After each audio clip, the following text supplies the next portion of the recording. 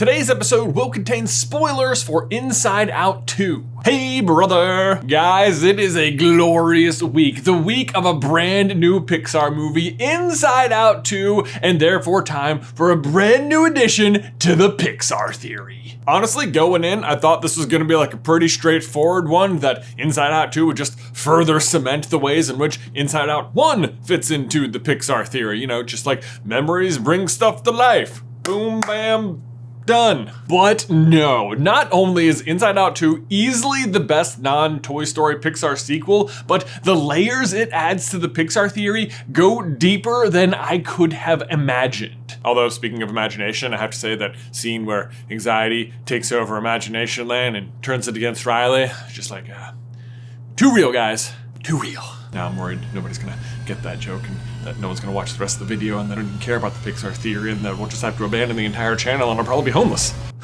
The point is, it's rare for the Pixar sequels to introduce like vast new swaths of lore and context to the Pixar Theory, but Inside Out 2 delivers big time and offers an explanation for one of our longest standing questions about the Pixar-verse, which is, what is the source of magic? What? That's right, where does magic come from? Well, today we find out as we explore how Inside Out 2 fits into the Pixar Theory. Pixar Theory, the Pixar Theory. We're finally going to see clearly the Pixar Theory. Just got that song stuck in their head now. Okay, so if you are like somehow unfamiliar with the Pixar Theory, it is the idea that every Pixar movie exists in the same universe on one giant timeline, and each movie is just telling one small part of a much greater overall story. It all starts with the asteroid missing the Earth in The Good Dinosaur, or I guess maybe it starts with Soul, depending on your perspective. It's the great before. The great before? And it ends way in the future with Monsters, Inc., or Brave, or with Soul again, depending on your perspective. But it cannot be understated how vitally important Inside Out has been to this theory, especially as it's matured over the years. And because we're gonna need to contrast how Inside Out already fits, let's go ahead and re-examine the role Inside Out and memories play in the greater Pixar universe, because that will become our basis for how Inside Out 2 actually differs. The crux of the Pixar theory has always been this: Boo is the witch. Yes, the little girl in Monsters, Inc. grows up to become the crazy old witch in Brave, and her goal has always been to either find Sully or to just make sure that his memory never dies. This is because in the Pixar-verse, human memories are what give things life. Like, for example, this is how the toys are able to come to life. As long as there is a single memory orb of any given toy anywhere, that toy can keep coming to life. But as we see with Wheezy in Toy Story 2, if a toy starts to become forgotten, they start to fade back into an inanimate object. This is also the explanation for the Land of the Dead in Coco and what allows for the skeletons to live out their second life. As long as just one person remembers you, you can keep on living. You know, living, you know, as a dead person, you know what I mean. But if you are entirely forgotten, as is the case with Hector's friend Chicaron, you experience the final death and are truly gone forever. Did I say that right? Chicaron. I don't know. Chicaron. He says Chicaron. It's not Chicaron. Chicaron. Gotta really roll your R's. Silencio Bruno. Wrong movie. Same universe. Same universe. Silencio Bruno. Let's get back on track. You can even see this phenomenon playing out in WALL-E with, I don't know, the entire Earth. Has that ever bothered you when you're watching WALL-E that on the entire planet with like one functioning robot, WALL-E himself happens to come across the first plant inside of a fridge with no sunlight? Because like, I have a garden and that is not how plants, you know, plant. Tomatoes are coming in real nice though. But if you believe the Pixar theory, then none of that should be a surprise, because what does WALL-E spend all of his day doing? Remembering human things. In fact, I would argue in this entire video that 22 lands in WALL-E, thus giving him the power to generate life via memories, and thus, as he remembers the Earth, it comes back to life. Which you then see happening on a much greater scale with the captain later. Like, he starts remembering Earth, and by the time they get back there are tons of plants. Heck, you could even argue by the end of Toy Story 4, Woody himself has ascended beyond simply being Andy's toy and has come to life for real and can now do this as well. But I hear you sitting there saying, Jay, that's all well and good, but it's all circumstantial. Like, do we have any proof that memories actually generate energy? Glad you asked. In fact, we do, thanks to Monsters, Inc. Because what are they harvesting? Fear and joy. We scare because we care. But before we dive into that, let's talk about fear and joy in a slightly different context, thanks to today's sponsor, BetterHelp. Gosh, this really is the perfect sponsor for today's video, because one thing I think we're all likely to learn from the character anxiety is simply that it may be what you're experiencing in the first place. Because for me, personally, I recognize the feeling of anxiety and know that I felt it most of my life, going back to tryouts for sports, taking final exams, or even just going on a first date. But back then, I just sort of always assumed the spiraling thoughts of pending doom and inevitable failure that I was experiencing was just far more, nerves. But therapy has actually taught me how to identify anxiety versus other feelings like sadness or fear, and in doing so, I've actually gained power over those feelings and can recognize when my mind is just falling down a well of irrational thinking. And being able to highlight those thoughts and simply set them aside is nothing short of a game changer. So if you've ever thought of starting therapy, give BetterHelp a try. It's entirely online and designed to be convenient, flexible, and suited to your schedule. Just fill out a brief questionnaire to get matched with a licensed therapist and switch therapists anytime for no additional charge. Take a moment. Visit betterhelp.com/super today to get 10% off your first month. That's BetterHelp, HELP.com/super. Okay, but back to the Pixar theory.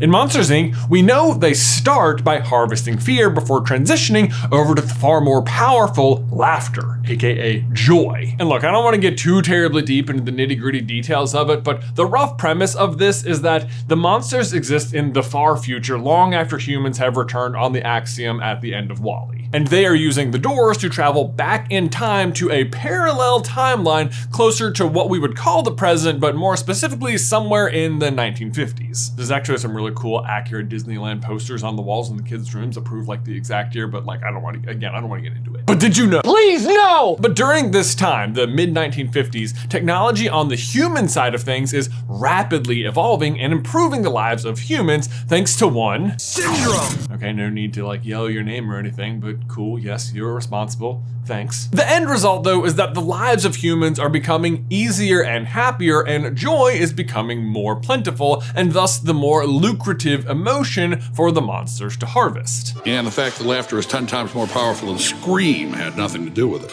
And all of that leads us back to Boo, who, as she's grown up, has learned all of this and learned magic to travel to the past where she can keep Sully's memory alive, because if a memory of him exists in the past, nobody in the future can forget him, and thus he can never experience the final death. It all fits together just oh so nicely, as long as you're able to gloss over just one sentence we've said so far.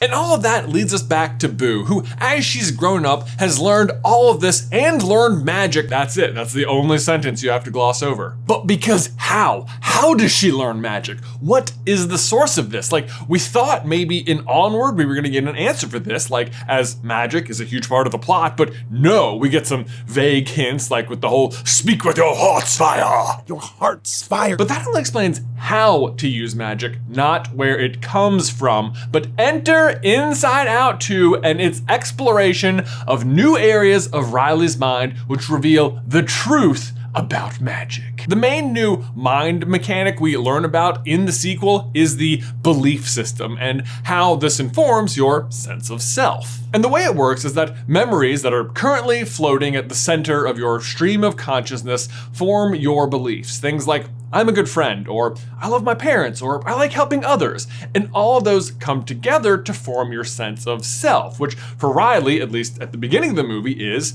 I'm a good person. Which, like, by the way, can I just say how much I love the messaging of this movie, that like you are all of you and just more than the good things you remember, and that it's okay to have bad memories because they help shape who you are too. And shut up, I'm not crying, you're crying. But after watching the movie, it did get me wondering, are there other examples in Pixar movies of people's belief system on display doing something extraordinary, like beyond just giving a teenage girl the confidence to play hockey? Which, like, I mean, that's already also pretty extraordinary, but I think you know what I mean, and the answer is yes. I mean, Riley's better at hockey than me, so. But immediately, my mind went right here and onward, where Ian has to cast a trust bridge. And so it is. Ian's belief is so strong that the bridge genuinely exists as long as he continues to believe it. And I think that's what Barley means by speaking with your heart's fire, speaking with true conviction, with true belief that the magic will work, and so it does. I needed that rope. Oh, but did you? Now, it should also be noted that despite the belief system being the source of magic, it doesn't mean anyone can do it. Case in point, Barley himself. I mean, he knows everything about how to do magic and has no trouble believing in it, but he can't actually do it. Like, in addition to believing in it, you must also be magical like Ian. But that then got me wondering, are there other magical beings we've met in Pixar? I mean, like, obviously the witch, but we'll get to her. But once more, the answer is yes. And like, this one might surprise you, but I think Miguel is another magical being. Like, I've always loved Coco, but I've always continued to wonder how he got to the land of the dead. We can clearly see when it happens right here, but how is never explained until now. Miguel believes, wrongly by the way, that Ernesto de la Cruz is his ancestor and that by taking this guitar, he'll get to play in the plaza. He even says it out loud. I'm gonna play in the plaza, just like you did. Then, upon strumming the guitar, things seem to go wrong as he's brought to the land of the dead, but they're not as wrong as you might think, because guess what? Plaza. Not only Plaza, but who's he playing with? His actual ancestor who he randomly runs into in the entire land of the dead? But the really curious thing here is that Miguel's initial belief is incorrect, but that doesn't matter because Miguel's belief is stronger than reality. And the same goes for the trust bridge. Ian's belief is stronger than reality. And note the similarities in both situations too. Like, both have to believe and both are using some kind of instrument, yes, pun intended, to channel the magic. Now seems like a good time to maybe also point you to the ritual in Turning Red. Again, there's believing in the form of people chanting towards a specific goal and an instrument to guide the magic, the sword. And on this note, you might even want to rope in like Moonwind from Soul here, like there's a circle on the ground and the drumming and the meditating, although they're already existing in a very like metaphysical realm, so I'm not sure, you know, how much magic counts as real magic here. Like, I don't know if like human Moonwind is magic. I put this man's soul in a cat. Who cares? But that brings us back to Boo, the master of magic, who you might argue doesn't seem to have a particular staff or instrument in which she's channeling her magic. Which is true, and mostly she's using potions, but dare I say she is using one particular tool, the door. Time and time again, she changes the inside of her hut by closing and opening the door. And why does she use the door as her magical tool? Because Sully visited her as a little girl through the magic closet door in her room. Doors were literally her entryway into magic, pun intended. But like, do you see what I mean? She's able to use the door as magic because she believes doors are magic, and her belief is stronger than reality. But speaking of unrealistic strength, I'd be curious what you guys think of this. Could the power of the belief system in magical people actually be the source of the super's powers? You are Elastigirl. Like, are they simply magical people masked in hero costumes?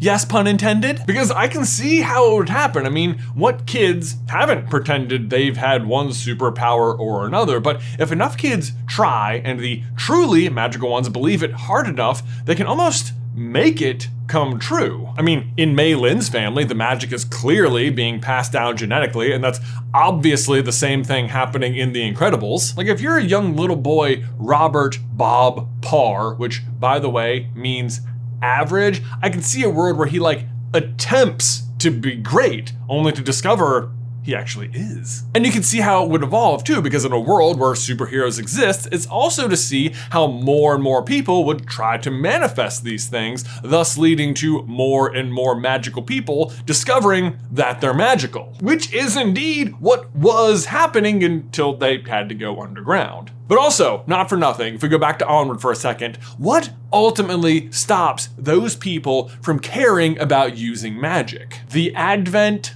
of technology. And what are the Incredibles fighting against? It's too much for Mr. Incredible! Technology, which, as we know, eventually gets so advanced people don't even need to move, let alone do magic. So, in conclusion, in the Pixar-verse, human memory is a super powerful energy source that can literally bring things to life, and any human is capable of this. But Inside Out 2 suggests that certain people are magical and that those people can utilize their inner belief system to manifest those beliefs into magic that affects the real world around them. If so facto, Miguel is super. Yeah. But there you go, guys. That's how Inside Out 2 fits into the Pixar theory. Guys, thanks so much for watching today's video. Don't forget to leave a like on it if you haven't already, and ring that bell so you don't miss any future Pixar theory action from us. If you want to see the full, complete Pixar theory, you can check out this video right here. But Ben, otherwise, until next time, I will see you in another life, brother.